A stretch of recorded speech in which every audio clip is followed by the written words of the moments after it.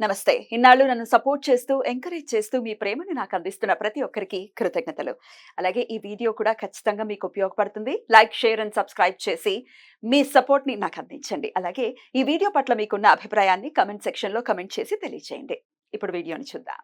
నమస్తే. Welcome to our channel. నేను పద్మిని. ప్రస్తుతం మనతో పాటు ప్రముఖ ఆధ్యాత్మికవేత్త, ఆస్ట్రోన్యూమరాలజిస్ట్, ఎనర్జీ వాస్తు స్పెషలిస్ట్, శ్రీ విద్య ఉపాసకురాలు శ్రీమతి జయప్రద గారు మనతో పాటు ఉన్నారు. మాట్లాడదాం. నమస్కారం అండి. నమస్తే అమ్మా, శ్రీమాత్రే నమః.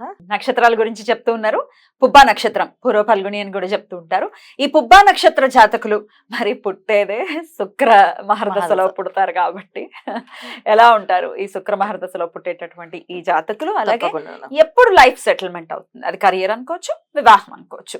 మరి ఎప్పుడు సెటిల్ చేసుకుంటే లైఫ్ ని, ఎప్పుడు ఎలా ప్లాన్ చేసుకుంటే బెటర్ లైఫ్, పీస్ఫుల్ లైఫ్ ఉంటుంది అనేది ఒకసారి మీ ద్వారా. తప్పకుండా అమ్మా. సో పుబ్బా నక్షత్రం, పూర్వ ఫల్గు నక్షత్రం అంటేనే ఒక రకంగా శుక్రుడు ఒక అనుగ్రహంతో పుట్టిన వాళ్ళు వీళ్ళు. కాకపోతే ఏంటంటే రాశి వీళ్ళకి సింహరాశి అయినప్పటికీ కూడా లగ్నాలు ఎలా పడ్డాయి చూసుకోవాలి. మెయిన్ లగ్నాల్లో జాతకులు యోగించకపోతే శుక్ర మహాదశ యోగం బాగానే ఉంటుంది. అది కొంతమందికి 4వ పదం అయితే 5-6 ఏళ్ళు అయిపోతుంది. తర్వాత వచ్చేది రవి దశ. తండ్రి బాగుంటే, రవి బాగుంటే తండ్రి యొక్క యోగం అన్ని అందుతాయి, లేకపోతే చాలా ఇబ్బంది పడతారు. చిన్నప్పటి నుంచి కష్టపడిన వాళ్ళు ఉన్నారు పుబ్బా నక్షత్రం వాళ్ళు, చిన్నప్పటి నుంచి సుఖపడే వాళ్ళు ఉన్నారు పుబ్బా నక్షత్రం వాళ్ళు. ఎందుకంటే ఇక్కడ లగ్నాలు బట్టి ఉంటుంది. అండ్ రవి మేజర్ గా రవి ప్లే చేస్తారు. రవి అండ్ చంద్రుడు 10 years చంద్రుడు, రవి 17 ఏళ్ళు పోతుంది వీళ్ళ లైఫ్ లో. ఎందుకంటే మళ్ళీ ఇక్కడ శుక్రుడు యోగం అని వీళ్ళకేం తెలియదు. అది వీళ్ళకి అనుభవం ఏమి ఉండదు, తల్లిదండ్రులకు వస్తుంది. కొంతమంది పుట్టుకతోటే శుక్రమాద దశ మొదటి పాదంలో పుట్టారు, 20 ఏళ్ళు దశ అనుకోండి, వాళ్ళు బాగా చదువుతారు. ఎడ్యుకేషన్ చాలా బాగుంటుంది, చాలా బాగా చదువుతారు, చాలా బాగా రాణిస్తారు. కానీ ఇక్కడ శుక్రుడు కొన్ని యోగకారకుడు అయితే బ్రహ్మాండంగా ఉంటుంది, ఇంకా బాగుంటుంది. ఉద్యోగాల్లో సెటిల్మెంట్ ఉంటుంది. శుక్రుడు రవి చంద్రుడు యోగాలు ఉంటే గవర్నమెంట్ జాబ్స్ లో సెటిల్ అవుతారు వీళ్ళు. ఒకవేళ శుక్రుడు యోగకారకుడు కాకపోతే చిన్న పిల్లలే బ్యాడ్ హ్యాబిట్స్ కి లోన్ అవ్వటం కానీ ఇట్లాంటివి ఉండొచ్చా? హెల్త్ మెయిన్ డ్యామేజ్, ఆరోగ్య సమస్యలు ఉంటాయి. ఎందుకంటే వాళ్ళకి థైరాయిడ్ సంబంధించిన ఆడపిల్లలకి అయితే థైరాయిడ్ ప్రాబ్లమ్స్ వస్తాయి ఎక్కువగా. అబ్బాయిలకైతే ఒక రకమైన భయం. ఎలాంటి భయం అంటే అది మంచంలో యూరిన్ పోసే లక్షణాలు ఉంటాయి 10-15 ఏళ్ళ వరకు. యోగకారకుడు అయి ఉండాలి ఆయన. ఒక యోగకారకుడు కాకపోతే ఆ దశ అంతా వెళ్ళే వరకు వాళ్ళకి ఇబ్బంది. అందుకే ఈ పుబ్బా నక్షత్రం అనగానే డిఫరెంట్ పీపుల్ ఎందుకు ఉంటారంటే, ఉంటే 40 years లోపు సెటిల్ అయిపోయిన వాళ్ళు ఉంటారు, లేదా 40 years తర్వాత సెటిల్ అయిన వాళ్ళు ఉంటారు. ఎందుకు అంటే వీళ్ళకి రవి దశ, చంద్రమా దశ, తర్వాత వచ్చే కుజమా దశ యోగించదు ఖచ్చితంగా. ఎందుకంటే శుక్రుడికి రవికి ఎప్పుడు జనరల్ గా పడదు. అవునా? పడదు. సో పడకపోవడం వల్ల ఏంటి అంటే, కుజుడు మళ్ళీ ప్లేస్మెంట్స్ బాగాలేవంటే కుజ దశకుని అంత యోగించదు. ఒక కుజుడు యోగకారకుడు అయినప్పటికీ కూడా యోగం రాదు. హెల్త్ డ్యామేజెస్ కాకుండా ఉండగలుగుతుంది తప్ప అదర్వైజ్ ఇంకే మీద ఉండదు. ఏది మళ్ళీ వీళ్ళకి దశ యోగిస్తుంది అంటే రాహు దశ కానీ గురుమా దశ కానీ, రెండిట్లో ఏదో ఒక దశ యోగిస్తుంది. ఈ రెండిట్లో ఏ దశ యోగిస్తుంది మళ్ళీ అక్కడ గురువు ఏ ప్లేస్ లో ఉన్నారు, రాహు ఏ ప్లేస్ లో ఉన్నారు. గురువు అష్టంలో పడ్డాడు అనుకోండి, గురుమా దశ యోగించదు. రాహు దశమంలో ఉంటే యోగిస్తాడు. సో జాతకంలో వీళ్ళ జాతక చక్రంలో రాహు దశమంలో ఉన్నాయి, మంచి సూపర్ స్టైల్లో తీసుకెళ్తాడు. మామూలుగా కాదు. శుక్రుడు ఒక రకమైన మాయ, ఇది ఒక రకమైన మాయ. అదే కదా. అసలు ఏం చదివారని వీళ్ళు అంత పెద్ద పోస్టులో ఉన్నారు వీళ్ళంటే అంతే కొంతమంది అనిపిస్తుంది. ఏమంటే వాళ్ళ చదువుకి లేకపోతే వాళ్ళ టాలెంట్ కి ఇది కాదండి, అంతా రాహు ప్లే చేసే బ్రహ్మాండంగా. అసలు ఎలా తీసుకుపోతారంటే అసలు వాళ్ళని ఒక స్టార్ ని చేస్తాడు, నైట్ స్టార్లు అయిపోతారు వాళ్ళు. అంత యోగం ఉంటుంది. నిలబెట్టుకోవడం అనేది ఏంటంటే జాతకంలో యోగాలు.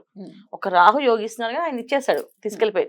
ఎందుకంటే కెరీర్ టైంలో ఆయన వచ్చాడు కనుక ఆయన సొంతంగా ఇచ్చేది కాదు కదా, అందరూ లాక్కుని ఇచ్చేది కదా, మొత్తం లాక్కుని ఇచ్చేస్తాడు.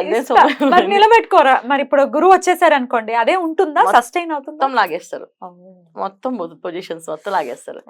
ఎందుకంటే ఈయన ఒక మాయ చేసి, అంటే ఇప్పుడు మనం చూడండి, ఏదైనా రాజకీయం చేసి గెలిచాం అనుకోండి, అది అంటే అబద్ధం చేసి అధర్మం చేసి గెలిచాం. సో నెక్స్ట్ ధర్మం లాగా ఏం చేస్తుంది, కొట్టేస్తుంది. ధర్మం ఇప్పుడు నిలబడుతుంది. సో అధర్మం వచ్చినప్పుడు నిలబడుతుంది. కాకపోతే మనం చేయాల్సింది ఏంటంటే, స్మార్ట్ పని ఏంటంటే, వచ్చినప్పుడు ఆ యోగాలు జాగ్రత్తగా కాపాడుకొని అప్పుడు మనం తప్పులు చేయకుండా రాంగ్స్ వేలోకి వెళ్లకుండా సాధించుకోవాలి. చాలా మంది ఏంటంటే హ్యాపీ ఎంజాయ్ చేస్తున్నారని చాలా మంది దుర్వ్యసనాలకు వెళ్తుంటారు. ఈ పుబ్బా నక్షత్రం అంటే కొంచెం మంది దుర్వ్యసనాలు బాగా ఎక్కువగా ఉంటాయి. తర్వాత ఇంకొంతమందికి పుబ్బా నక్షత్రం వాళ్ళకి భగవంతుడు దేవుడు అంటే భక్తి ఉంటుంది. సో దానికి ఖర్చు పెడతారు. అబ్బాయిలకి ఏంటంటే దుర్వ్యసనాలు ఉంటాయి. దుర్వ్యసనాలు అలవాటు ఉంటుంది చాలా మంది. కొంతమందికి బాగా భక్తి ఉంటుంది. చక్కగా గుళ్ళకి గోపురాలకి వెళ్ళడము, గుళ్ళకి గోపురాల్లో కట్టించడం. సార్ మీకు ఎందుకు, నేను ఇస్తా విగ్రహాన్ని, నేను తెచ్చిస్తానని చెప్పడం. ఎందుకంటే రాహు మాయ కదా వాళ్ళకి, ఇష్టం వచ్చినట్టు చేస్తారు. అవన్నీ కూడా పని వస్తాయి, లాభాల్లోకి వస్తాయి. మంచి పనులు చేస్తే మంచి రిజల్ట్స్ ఉంటాయి. సో మనకి మంచి పేరు ఉంటుంది, డబ్బులు అనేవి నిలబడవు. గురుమాదశ వచ్చిన తర్వాత ఎంత డబ్బులు గలగలాడుతాయి రాహుమాదశలో వీళ్ళకి. గురుమాదశ వాళ్ళకి ఒక్క రూపాయిగా నిలబడదు. ల్యాండ్స్ ఉంటాయి, సెట్స్ ఉంటాయి, వాటిని సేల్ అవ్వవు. అవి సేల్ చేయడం కానీ, అవి తీర్చడం కానీ, లేదా లోన్ తెచ్చుకోవడం కానీ జరగదు. సో అందుకని రాహుమాదశలో వీళ్ళు యోగిస్తుంది అని అనిపించినప్పుడు వెంటనే వీళ్ళకి కావాల్సిన ప్లానింగ్స్ అన్ని చేసేసుకోవాలి. 18 years లోనే ప్లానింగ్ 18 years అయిపోవాలి. లేకపోతే గురుమాదశ 16 ఏళ్ళ వరకు వెయిట్ చేయాలి. మళ్ళీ సినిమా దశ యోగిస్తుంది, రాహుదశ యోగిస్తే మళ్ళీ సినిమా దశ యోగిస్తుంది. ఇది ఒక దశల్లో యోగా అనమాట. ఇది ఎవరికైనా వీళ్ళు వాళ్ళు అని, ఈ జాతకులు ఆ జాతకులు కాదు, ఎవరికైనా సరే. సో జాతకంలో ఒక దశ యోగించట్లేదంటే ఒక దశ యోగిస్తుంది, ఆ దశ అయిపోతే ఇంకో దశ యోగిస్తుంది పెద్ద దశలో. సో దీంట్లో మళ్ళీ క్రైటీరియా శని భగవానుడు వక్రిస్తుంటారు కదా. ఎందుకంటే దశల తర్వాత శని భగవానుడు వక్రించిన, ఆ వక్రించిన చూపు పడిన దశ యోగిస్తుంది. చాలా మంది అయినా సినిమా దశ యోగించిందా డౌట్ పడుతుంటారు కదా. ఒక్కొక్కసారి కొంతమందికి యోగించదు, కొంతమందికి యోగిస్తుంది. ఎలా యోగిస్తుంది అంటే శని వక్రించాడు అనుకోండి, ఆయన చూస్తాడు, ఆటోమేటిక్గా ఇక్కడ వీళ్ళకి పాజిటివ్ వచ్చేస్తుంది. నెగిటివ్ ఉన్న వాళ్ళకి నెగిటివ్ సిచ్యువేషన్స్ కూడా తప్పిపోయే అవకాశం ఉంది వక్రిస్తే. అయితే ఆయన కౌంట్ లో రాలేదు, అది వెనక్కి తిరిగి చూస్తున్నాడు. ఇక్కడ ఏ వాళ్ళు చేస్తే చూడట్లేదు, కౌంట్ చేయట్లేదు. అందువల్ల లాజిక్స్ ఉంటాయి అంటే మన జాతకంలో అనాలిసిస్ చేస్తే దాని పాయింట్స్ ఎందుకు రాలేదు వీళ్ళకి, బాధలు ఎందుకు పడలేదు వీళ్ళు, ఆ బాధ ఎందుకు రాలేదు వీళ్ళకి అంటే అక్కడ మనకి కౌంట్ చేసుకోవాలి. శని భగవాన్ వక్రించి మనం ఎవరైనా అంతే, ఇక్కడ ఏం జరుగుతుందో మనకు తెలియదు కదా, అలా అనమాట. సో ఇలా అనమాట. సో అందుకని వీళ్ళు జాగ్రత్తగా రాహుమాదశని జాగ్రత్తగా కాపాడుకోవాలి. రైట్. లేదా రాహుదశ రాలేదంటే ఇక గురుమాదశ వచ్చే వరకు వెయిట్ చేయాలి. గురుమాదశ నుంచి లైఫ్ టర్నింగ్. బట్ అప్పటికి చాలా ఏళ్ళు అవుతుంది కదండి. అందుకే కదా చాలా మందికి వివాహాలు అవ్వట్లేదు. అసలు మీరు పూర్వ ఫాల్గుణ నక్షత్రానికి వివాహం అనేది ఎర్లీ స్టేజ్ లో వస్తుంది.